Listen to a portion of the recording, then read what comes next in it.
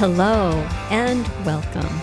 Well, I have to say I've been thinking about this for a while, and I'm going to share I am done. I am done hating myself for being divorced. I am done torturing my body with things that I shouldn't eat and not exercising. I am done with neglecting my spiritual side. So if you are like me, I want you to tune in as Demetrius Russell, a professional developer of people, opens his heart to share his 382-day journey of self-discovery. This is the Silver Divorce Podcast, broadcast from the Whitfield Media Group studios in Chattanooga, Tennessee. I'm your host, Lisa McCluskey, and I am proud to be sponsored by the Center for Sports Medicine and Orthopedics and Medicare Misty. The Center for Sports Medicine and Orthopedics is the area's leading provider of multi-specialty orthopedic care. Using innovative surgical techniques and technologies, our team of specialists deliver exceptional results backed by exceptional patient care. Learn more at sportmed.com. Medicare Misty is a real person who can help answer your Medicare questions. Get real help from her team at medicaremisty.com. And before we jump in, I would ask you to please go out to iTunes and leave us a rating and also your review. Leave us your comments as well. I would love to hear your thoughts on the episodes that we've shared so far so we can continue to attract great guests. And now, let's podcast. Well, if you were in the studio with me, you would see this big, huge smile because I am being joined in the studio by Demetrius Russell. And he is a corporate director of human resources, but he is a true thought leader in the world of professional development. Welcome, Demetrius. Thank you, Lisa, for having me today. I'm so glad. Can you believe? Are you ready for 2025? I am. Yeah, I am ready. I think you're probably one of the few people who is actually really ready. Yeah. And I can't believe that it's a quarter of a century mark. Yeah. Yeah, I know, right? Yeah. Time flies. Time just does fly. No doubt about it. So there's no time like the present Absolutely. to share this journey. You know, I thought it would be really appropriate as we start the new year. And so many people who have been through divorce, they really struggle with, you know, as I mentioned at the top of the show, you know, you kind of hate yourself for a while, and there are people who go crazy and, you know, they get that revenge bod, and then there are people who kind of drown their sorrows and maybe overeating and over drinking too much. But I wanted to share your journey because I became familiar with it. It's an incredible journey of transformation.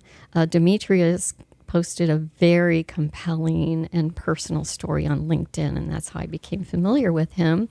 And then I found out he's right here in Chattanooga, which was even better, so I could bring him into the studio. So before we jump into your story, though, I'd like you to share with our listeners your professional background. Professional background.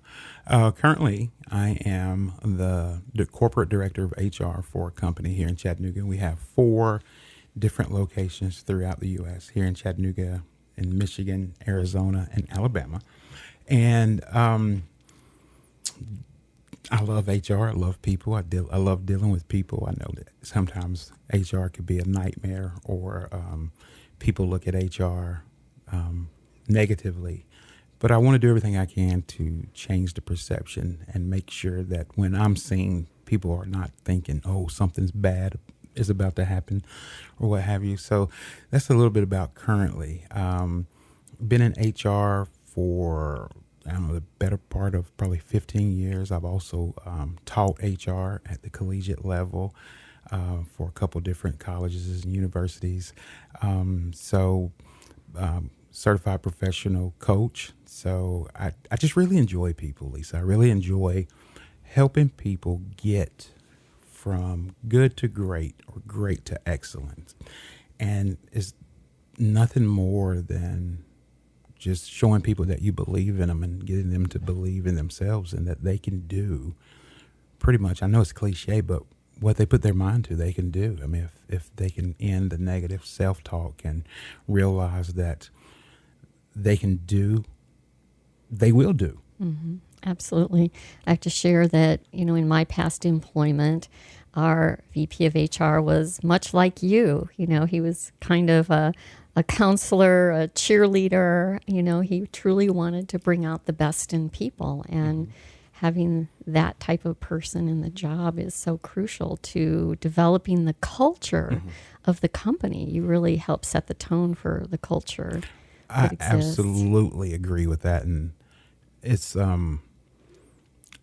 culture is huge, I think, in business, and setting the tone. I think that is probably one of the primary responsibilities of human resource professionals, especially those individuals that take human resources serious. I always like to say that I want to do everything I can to put the human back in human resources. I've constantly hearing horror stories about HR or the lack of HR in organizations, and that HR is just an office. They're unapproachable and various different things like that. And I want to do everything I can to change that perception. And I feel like I'm making waves in doing that. Well, I am so glad you're in that position and that you're here to share with us today. So let's talk about your transformation journey. 382 days. Yes. That is pretty amazing. Yeah. So what started all of this? Well, let me tell you, excuse me. At the end of August of 2023, I found myself unemployed. I lost my job through no one's fault except my own. I mean, I accept full responsibility for that. And I knew, when you go through that, first of all, I never want to compare, my experience with some of your audience that, is experiencing divorce and all the things that go along with that. But for me, it was pretty traumatizing. Mm-hmm. Okay. As a male, you deal with the guilt that comes along with it, the shame, the embarrassment, little insecurity. So there are a lot of things that come along with that. But I knew that this was going to be a learning experience. I knew that this was going to be a journey, as I like to refer to it as my wilderness experience. And it subsequently, I love that. It subsequently was 382 days long. And I used every bit of that time to learn, to grow, to develop. I knew that one day this journey was going to be over. Whether it was 95 days, 112 days, or I knew that one day this was going to be over, because I'm a firm believer that nothing on this side of eternity is permanent. It's all temporary. No matter what it is, it's all temporary. So I knew this was going to be over one day. So I let that rest in God's hands. And I had to believe that we're going to learn from this journey, and we're going to take advantage of every opportunity that we have to learn and grow and to develop. And that's exactly what I did. Wow. And it is a parallel to people going through divorce, because they experience the same thing. There's the feelings of guilt, that maybe you could have done something differently. And then there's the feeling of shame that maybe people will look at you like you are a failure because you were divorced. And so I see a great parallel to what you have gone through. So one of the things that I was intrigued by is you were very deliberate and intentional about breaking out your journey, and you identified 3 elements that you kind of segmented it. Because if you think about a journey like that, most people, it would be this big, huge goal that you're likely to fail because you don't know how to break it down. But what you did was so smart, and that's what I thought was so fascinating. Would you talk about that? Oh, absolutely. So, Lisa, when I started this journey, I knew that in order for me to make my next environment better, I had to first make me better. I needed to work on me, Demetrius. I needed to do the work that no one else could do on my behalf or for me. So I decided I'm going to work on my health. Okay. So I know that when people think about working on their health, they think about, oh, you're going to eat right and you're going to exercise and you're going to diet and you're going to do those things. I think those things are all included, but I looked at my health from three different aspects.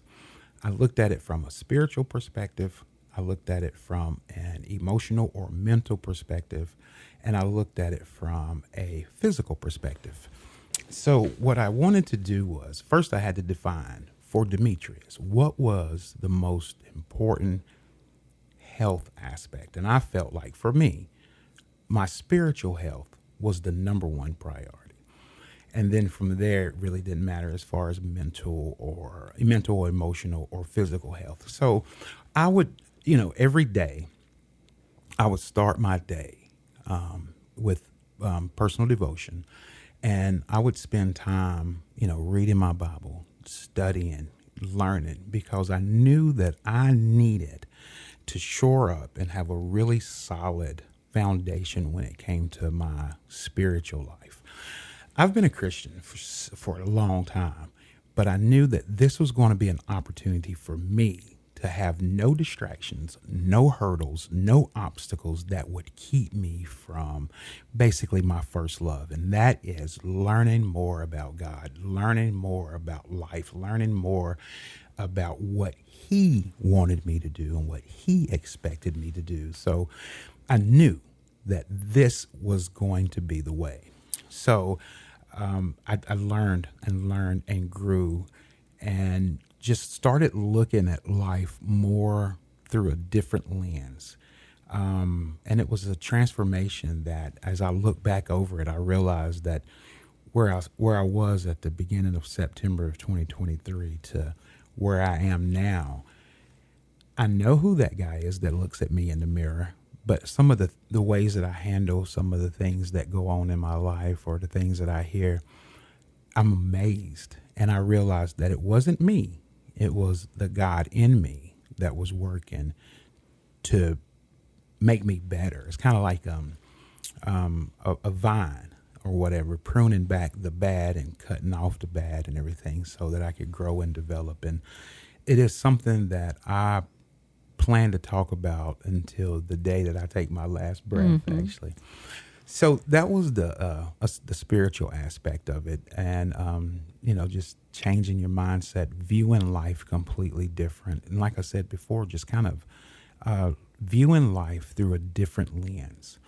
From there, I like to think that I started, the entire time I'm working on all three aspects of my health.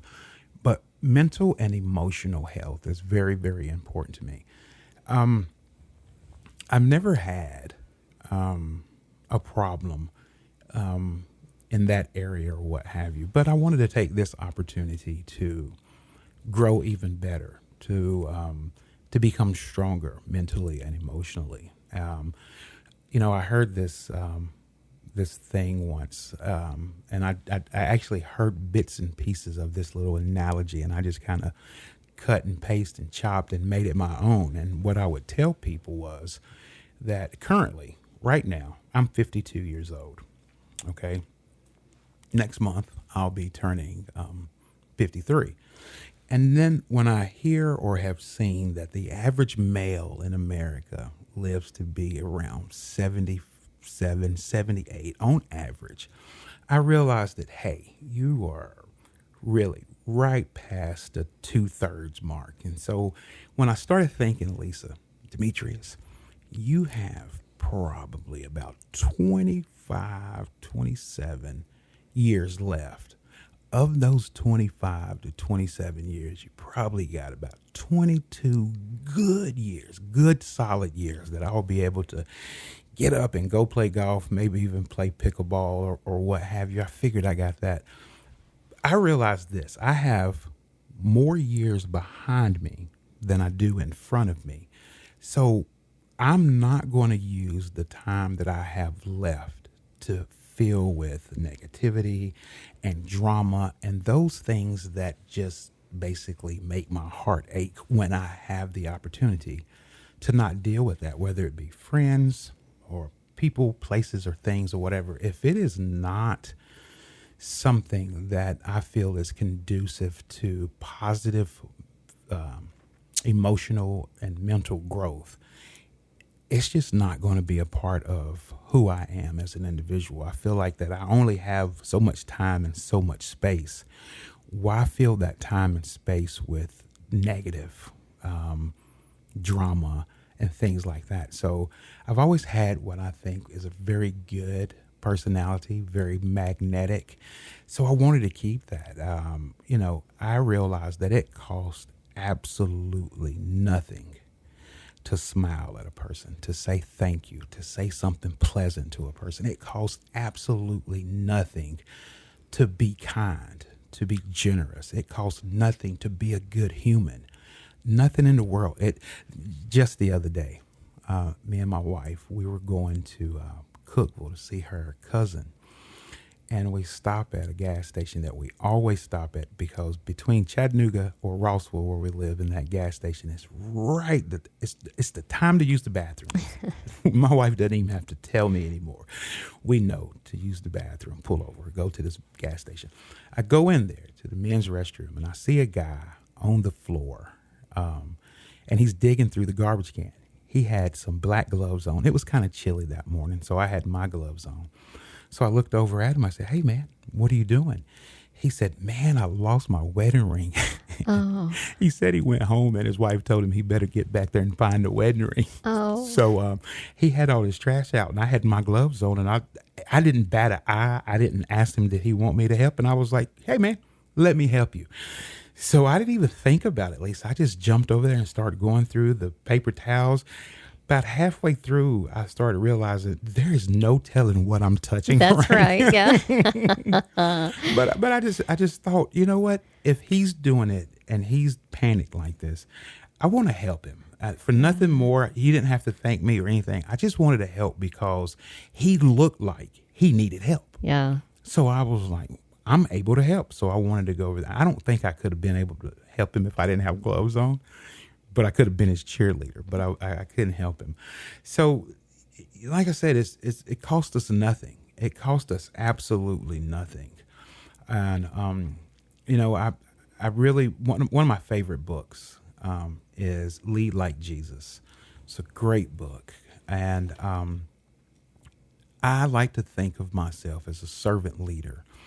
And in the book, it talks about leadership and people being servant leaders. And then he said something, Ken Blanchard, he said something very, very profound. And I thought, okay, this is a game changer. And he said, as a servant leader, when you are treated like a servant, don't get upset.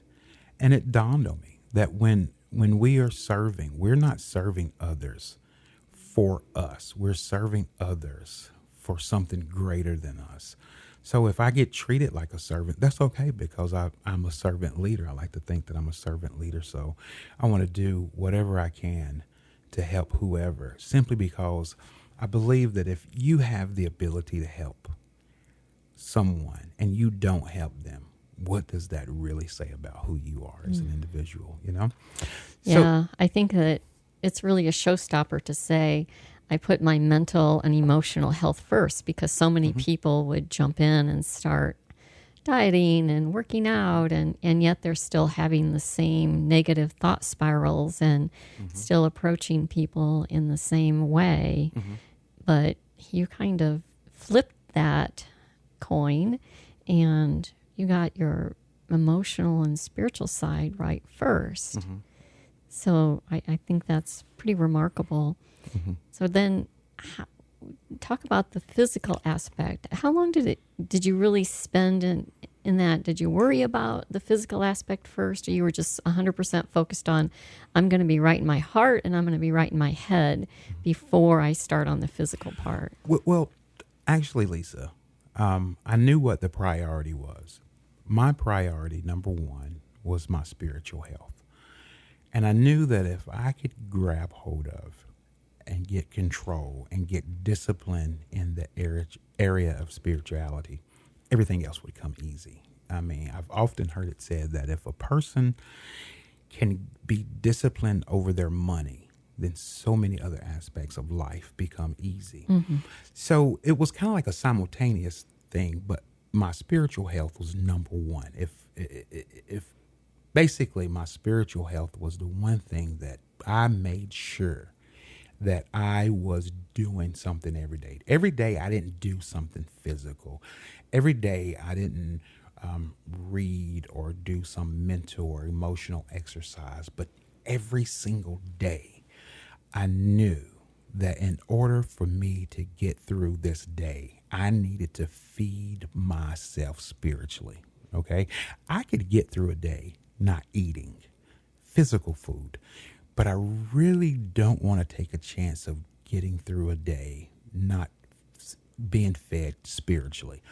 And as you know, being divorced and with this job loss, it is so easy for your mind to wander in so many different directions, and you will hear this and you will hear this, and it will quote unquote knock you off of your game, and then next thing you know, you're crying in a corner, or you're just feeling so bad and things like that. Don't get me wrong. There were times during this 382 days that, I wondered, when is this going to be over? I'm qualified for this job that I applied for, this. And I just had to realize that, hey, as you work on your spirituality, you're not in control for the most part. God is in control of this. And I said, you know what? This is where faith and trust and belief comes in, and just let it be. As far as spiritual, the physical, I did, I play golf. So I played a lot of golf, started playing pickleball last spring. And those two alone are definitely physical activities that I love. But I also went to the gym, sometimes 1, 2, sometimes 3 times a week, because I wanted to get my mind in a different place. So as weird as it may sound, and my wife looks at me crazy whenever I say this, I love to sweat. I feel like sweating is my body's way of saying, hey, Demetrius, you're working. It's your body's way of saying you're accomplishing something. That's how I always look at it. Absolutely. Yeah. So I made it a point to work around my house daily, whether I was doing laundry, painting, doing some remodeling, working out in my yard. What I didn't want to happen, Lisa, because, you don't know when this wilderness journey is going to end. You just know that you're journeying. What I didn't want to happen was to get to the end of the journey and look back and said, man, I had all that time. I should have painted this, or I should have chopped this tree down, or I should have did this in my garage. I wanted to take advantage of every opportunity that I had to do those little things around my house that I knew I wouldn't have time to do when I went back to work full time. Even at Christmas time, when I look at Christmas, during that time of Christmas 2024, I realized that there were so many things that were different than Christmas 2023. I was off during Christmas 2023. So I got to do stuff and decorate my house like crazy. Now, when Christmas 2024 came around, I didn't get to do as much because, in HR, that's open enrollment time. I was super busy. I would come home and I was like, I just really don't feel like doing this or that or this or that, because at that point in time, you're kind of tired. So, but my wife was the same way. So it was great. So and during that time, I want to say I lost somewhere around 50 pounds of just, and another thing about when you're working on the physical part of you're busy. Your mind is going, you're working on this, and you see something else and you want to do this and you want to do that.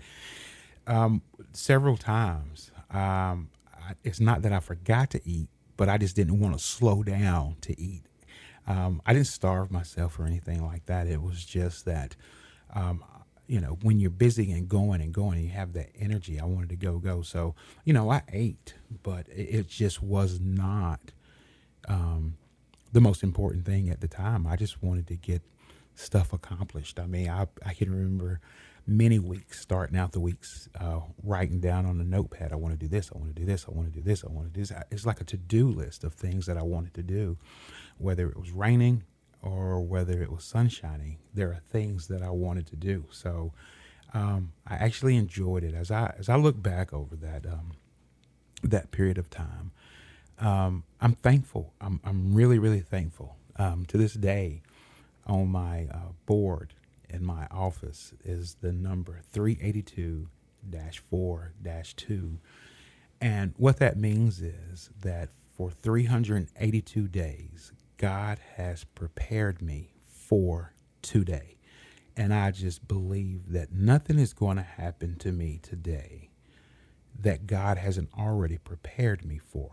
It's like I went through a 382-day spiritual, mental, emotional, physical boot camp. Mm-hmm. And it's exciting. It's like every day when I get up, it's exciting to me to know that nothing's going to happen to me today. There's not a problem that I'm going to face today that I haven't already been prepared and equipped to handle and subsequently be victorious over. So it's exciting every day. Oh, you learn to flex some new muscles mentally, spiritually. So looking back at the person you were before all of this started and the person you are now, do you think that would have happened if you hadn't had that break of not being employed? At least I can tell you unequivocally, absolutely not. Because before this, in your mind, you think, hey, things are going good. There are very few things that you need. There's some areas maybe that you need to do better in or what have you. But I think sometimes we have to be knocked down in order to look up to see, hey, there's work to be done and I need to work on me.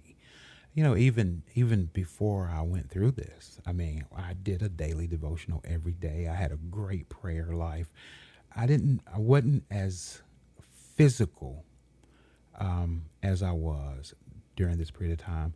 But I feel like one of my spiritual gifts is encouraging. I've always been encouraging. I've always wanted to see people get out of life what they wanted. I've always been a cheerleader. I've always been that motivator or person that is inspiring and always have a positive thought. But God knew that Demetrius needed something else. It's kind of like I like to relate it to, as a father, I have two boys. When they were growing up, I knew what they needed. Sometimes, more often than not, better than they did. And when you have that knowledge, you tend to steer your children down the path that will get them exactly what they need for their development, to make them better. They may not understand it. They may even actually hate it.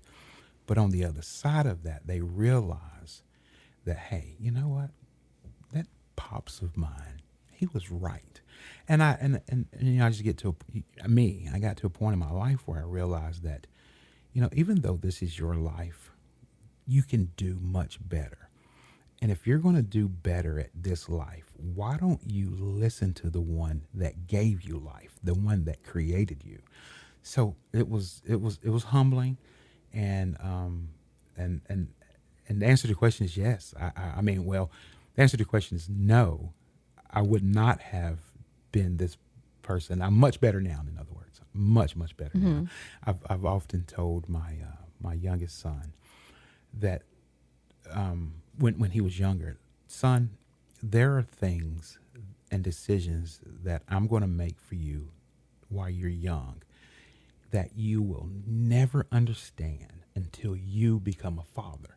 When you become a father, then you will understand the whys and the reasons behind some of the decisions that I had to make for your life. And he has 4 children now, and he gets it. He's told my wife on several occasions that he understands why X had to happen or why this didn't happen, because it was for his best interest. So yeah. That's cool. That's neat when the father sees things coming to fruition. Got an injury that just can't wait? There's no need to delay your care. Center for Sports Medicine and Orthopedics is excited to announce that our Urgent Ortho Walk-In Clinic is now available on Saturdays at the Gun Barrel Road location. Open from 8 to noon, we're here to treat sprains, strains, fractures, and more. No appointment needed. So skip the long ER wait and get specialized orthopedic care fast. Visit us this Saturday at Center for Sports Medicine and Orthopedics Urgent Ortho. We're the center for expert care right when you need it. Learn more at sportmed.com. How did you stay motivated? Did you have days where you just weren't quite up to it, or you really just said, I just don't understand why things aren't happening the way I think they should happen? How did you keep that motivation going? Well, Lisa, I'll tell you, there were a lot of days where I would do things like, while I'm looking for employment or what have you, I'd look on LinkedIn and I would see some horror stories of people that have been in the same situation for less time or a lot longer or what have you. Or, just various little things that would kind of, steal the wind from your sail or kind of deflate you. So if I sit here and told you that, no, I didn't experience any of that, I would absolutely be lying to you, because there were times where I was just, you get down, and you wonder and you question this, and what if I would have, what if I didn't? So you go through that. But I think the thing that kept me most motivated was realizing, one, that God is in control of this. That motivated me. That kept me going. Also knowing, as I said earlier, that this is temporary. I don't know how long temporary is, but this can't last forever. Mm-hmm. And realizing that I am his. He is my father. I am his child, and he wants what's best for me. He's not going to keep me here. So I knew one day this was going to be over. Lisa, I knew one day that I would be telling my story, and it was exciting. But I did have those days where I'm just like, oh my goodness. And my wife, who is absolutely my best friend, sometimes she'd pick up on it and she would just say, hey, let's talk or whatever. And sometimes I was like, I don't want to talk. But I knew that she knew. She was very in tune. We're in tune to each other. She knew that, hey, we need to talk. Something's going on or whatever. Whether sometimes she would just grab me and she would pray for me because she knew something was bothering me. And I think, Lisa, some of that goes along with being a male. We're supposed to be the hunter and the gatherer. We're supposed to be that breadwinner. We're supposed to be that person. And sometimes when we are not that person, it's very challenging. So we have to look beyond ourselves for our strength. And, I'm very thankful for my best friend, my wife. I'm very thankful for her because I realized that while I was going through this wilderness journey, she was also going through this wilderness journey, her own, and she was going through it with me. So absolutely. Yeah, that's interesting. Did you feel any outside pressure from family or friends saying, what's going on? Do you have a job? What's your next step? And how did you kind of manage that outside pressure? Lisa, that is a very interesting question, and I'll tell you why. There were very, very, very few people in my family that knew what was going on. Oh. So if anybody in my family listens to this podcast, they're going to call me and like, why didn't you tell us? I told very few people. People knew. Very, very few people knew. And I think I kept that to me and Emily because it was our journey. It was our business. My Bible study group knew about it. A few people in my church knew about it. But it was one of those things that I guess, Lisa, when I stopped to think about it, I guess I just didn't want to go into the whole. I didn't want to rehash the feelings of guilt and shame of why I'm not working, even though so many people go through those periods in their lives of unemployment and things like that. I just didn't want to. I didn't want to. I guess I didn't want to be the source of gossip. I didn't want to be somebody that. I don't know. It's kind of hard to say. I guess being pressured to come up with some answers for people. Exactly. And that's a lot in divorce too. Mm-hmm. You know, people want to know the story. They want to know, what are you doing about it? Mm-hmm. And you feel pressured to come up with answers for them. But your approach of keeping it, low so Mm-hmm. that, and really focusing inwardly is a great approach, because it gives you time to process, and it gives you time to journey towards the person that you want to be without the outside pressures. Yeah. And I can remember some friends that we were close to. Even one of them said to me, "Are you even looking for a job?" And I was like, "Yeah." I mean, that kind of feels like an accusation, doesn't it? It does. It's like, of course I'm looking for a job. So I had to sit back and say, yeah, I am. But anyone who's even listening to this today that has gone through that knows that it's not easy. It's not easy. And another thing, I didn't just want to take any old job.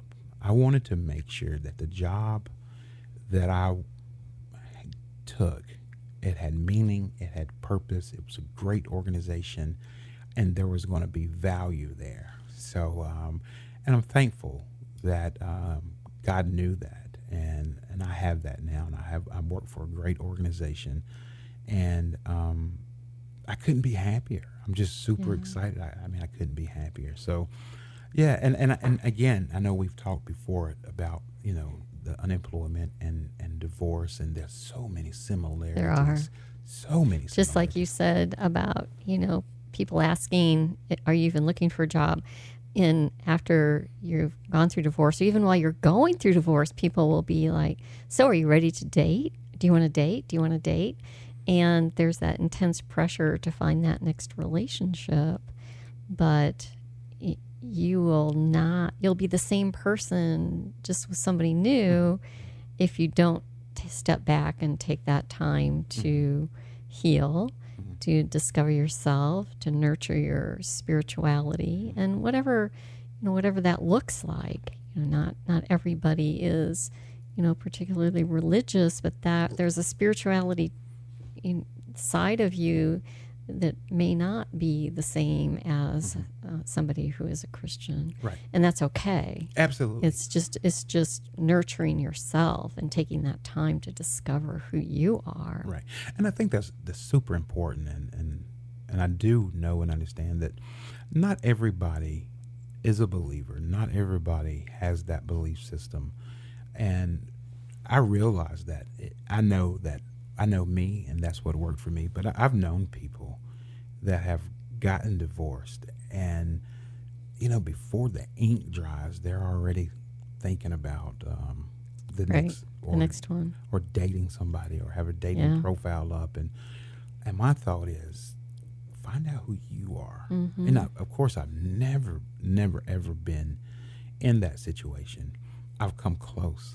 And we'll talk about that. We're going to talk about that. I'm going to have Demetrius on again, and his wife will join us as well. As we're going to talk about how they came close to divorcing.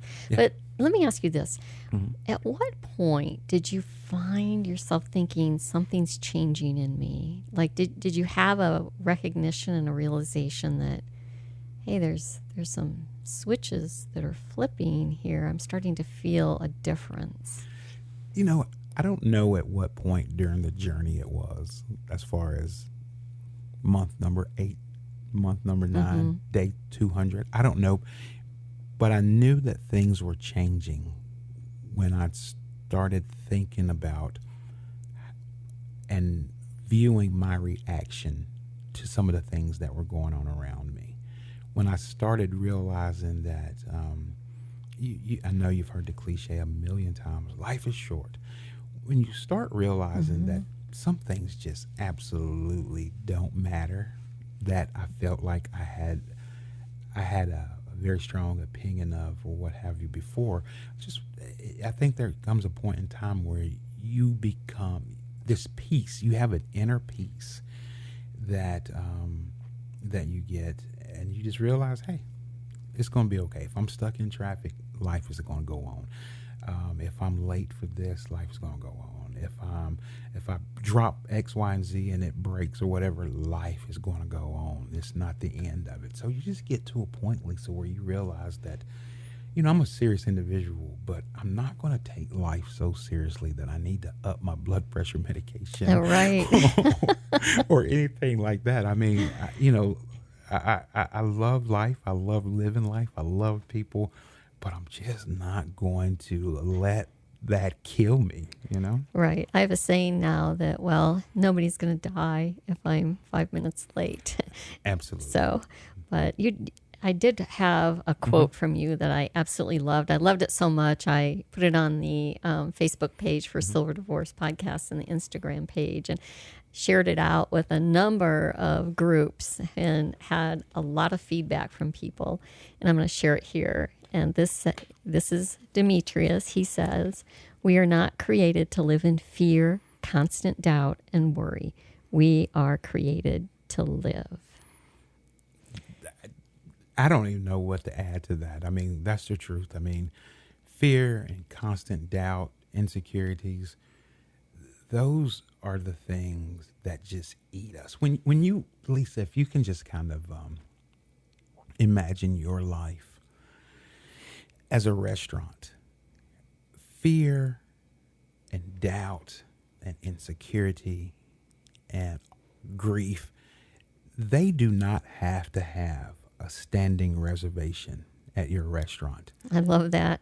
You can deny service. And I think that when we gain more control over our lives, we realize that I don't have to be in fear. Now, don't get me wrong. There is a healthy fear. There's this fear that I have. If I drive too fast, I'll get a ticket. That's a healthy fear. It slows me down. Okay. But, fear is gripping. Fear is paralyzing. And it doesn't have to have a reservation or an invitation. I don't want fear sitting around my table dining with me because food tastes different when somebody else is in control, like fear, doubt, insecurity. I love that analogy because so many times what we fear is just a fiction of our imagination, and there are things that never happen that we fear. And I guess I'm not quite sure why we spend so much time in that zone.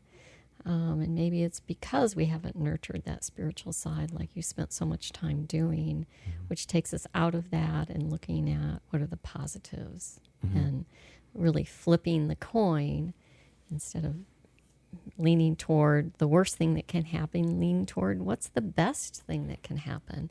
What's the best thing that can happen as a result of this divorce? Or what's the best thing that can happen as a result of this job loss? Right, absolutely.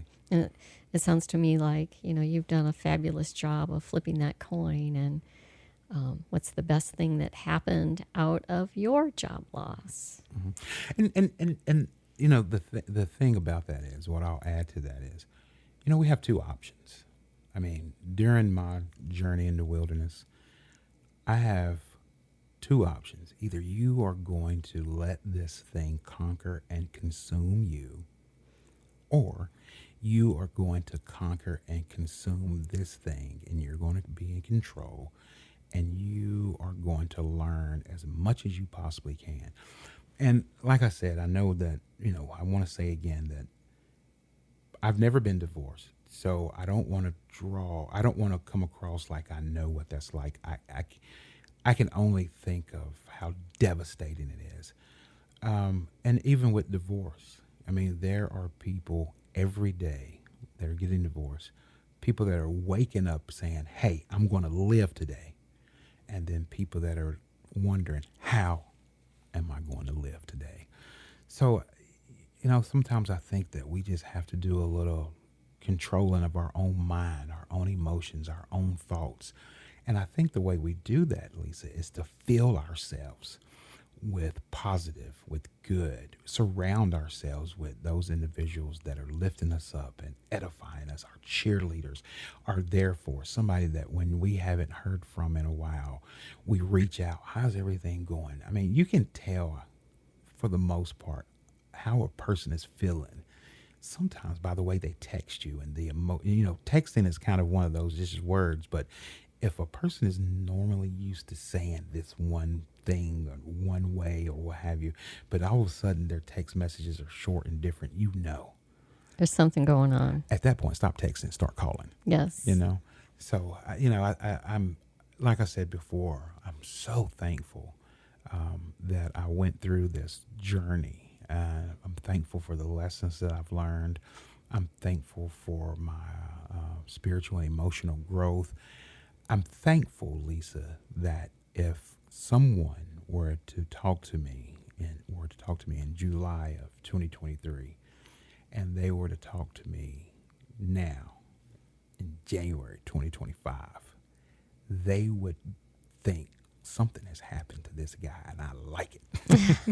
It's not the same person. Not right. Not at all the same person. Not at all the same person. That is remarkable. Mm-hmm. It's just such a remarkable story that you took that time to focus on the things you did in the order that you did them. Mm-hmm. Mm-hmm. I have not heard that before, and I love it. Well. So, what's inspiring you today? What's inspiring me today is realizing that I'm not alone. What's inspiring me today is the fact that I really feel like I have a story to tell, knowing that people need to hear survival stories. Obviously, what's inspiring me today is my continual relationship with God and continual growth. And I tell you something else that's inspiring me that I've been thinking about for probably about the last month is, those 382 days during the wilderness, my wilderness journey, my journey of preparation, that was a season of life. And I feel like that season of life, excuse me, that season of life prepared me for the season of life that I'm in now. But preparation doesn't stop. I feel like that the season of life that I'm in now is also preparing me for what's next. Mm-hmm. Because we go through seasons in our lives. I mean, it's just like summer, winter, spring, and fall. We go through seasons in our lives. And so I want to take every opportunity and the advantage of every opportunity to grow and prepare for what's next, because I don't know what's next. So I just want to live the absolute best that I can, help people as much as I can, and just be overall a very pleasing individual, Mm-hmm. I love that. So are there any books or podcasts that you found compelling that you could recommend to the listeners? Oh, I tell you, it's so funny that you should say that about books. Lisa, I'm not even embarrassed to tell you, but before this wilderness journey, I was not a reader. I only read things that were, I didn't even like reading instructions. So I read very few things. But during this period of time, I think it was a total of, 382 days. I mean, 13 months. I think I read or listened to 14 or 15 books. A couple of the books I listened to multiple times. So as far as that, Lead Like Jesus, is definitely it's by Ken Blanchard. Lead Like Jesus was amazing to me, and that's you do not have to have the title of leader in order to read that book. You could be a housewife, raising children, or what have you. So I don't want anybody to be thrown off by the fact that you have to be a leader. You don't. Lead Like Jesus. There's another book called Extreme Ownership by Jocko Willink and Leif Babin. They were some military guys that actually wrote a book, but they related their experiences. They also have a consulting company, management consulting company, so they related some of their wartime experiences to real world scenarios. Those are good. I'll tell you a timeless classic. And it was by Dale Carnegie and How to Win Friends and Influence People. I remember several years ago, my brother-in-law gave me that book and I read the first page and I was like, man, I'm not a reader. So I went online and immediately found, this is several years ago, the book on CD. So I got it and I would listen to it over and over again. I heard of a book sometimes last year called Radical Candor by Kim Scott, and I started listening to her podcast. So it's how to be a good boss. She doesn't say it that way, but basically it's how to be a good boss and things like that. So there were many little things like that.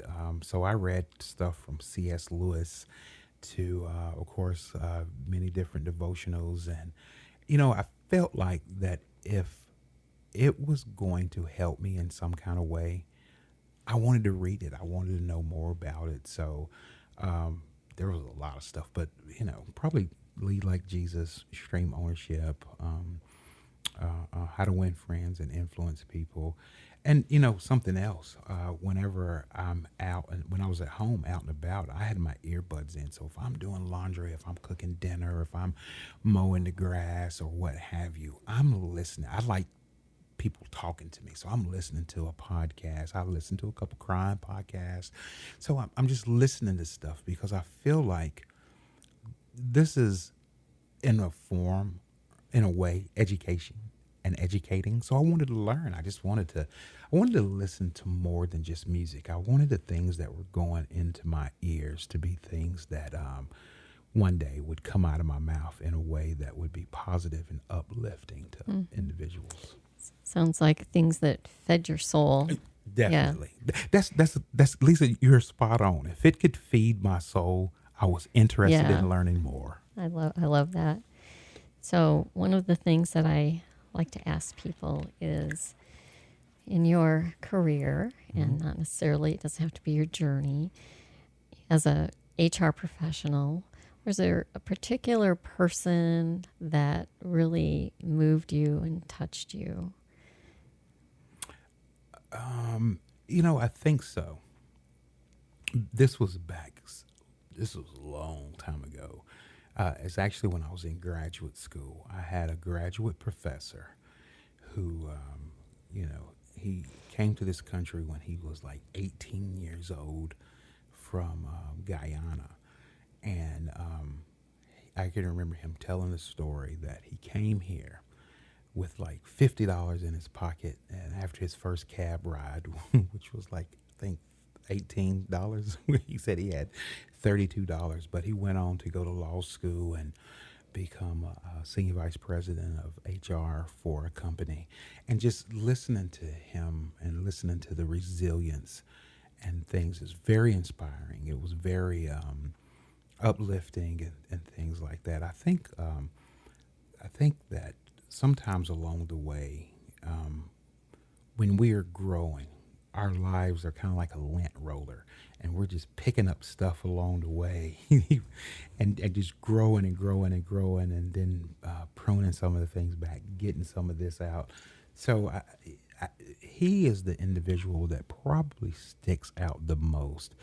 But even I've had some people that I worked along beside that I think, you pick up a little bit here and you pick up a little bit there about their personality and their attitude, and realize, I want to develop more of that in me, or I definitely don't want to be this type of individual. But I think the the most inspiring or what have you is probably my a graduate school professor.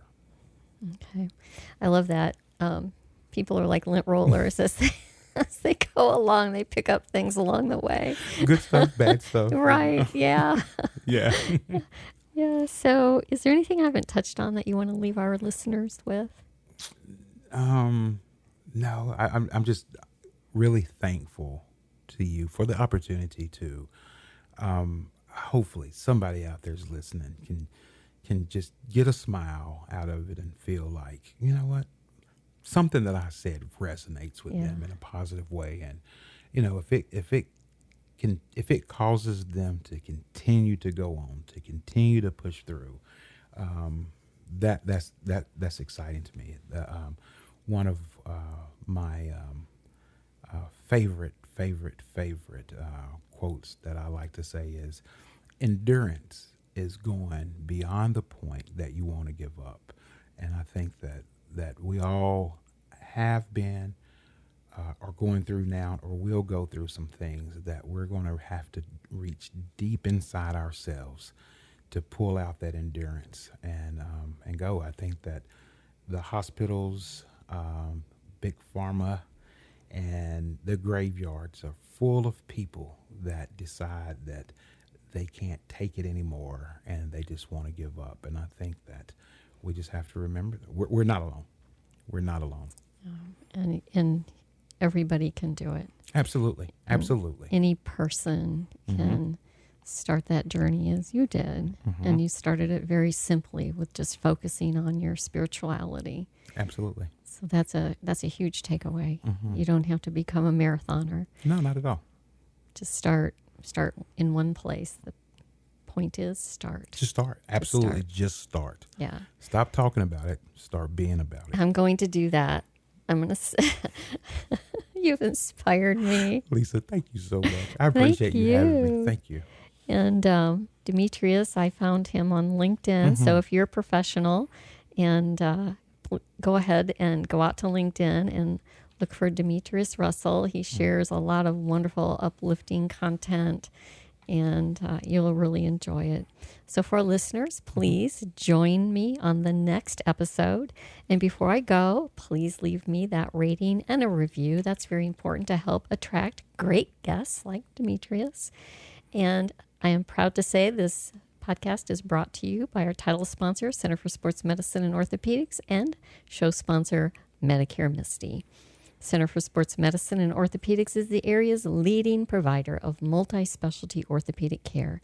Using innovative surgical techniques and technologies, our team of specialists deliver exceptional results backed by exceptional patient care. Learn more at sportmed.com. Medicare Misty is a real person who can help answer your Medicare questions. Get real help from her team at medicaremisty.com. Whether you are considering divorce or you are newly in the divorce process, we'll help you navigate on your journey and tell you things your attorney might not tell you. Until next time, remember, divorce is one event. It does not define who you are. I'm Lisa, and I'll see you next time.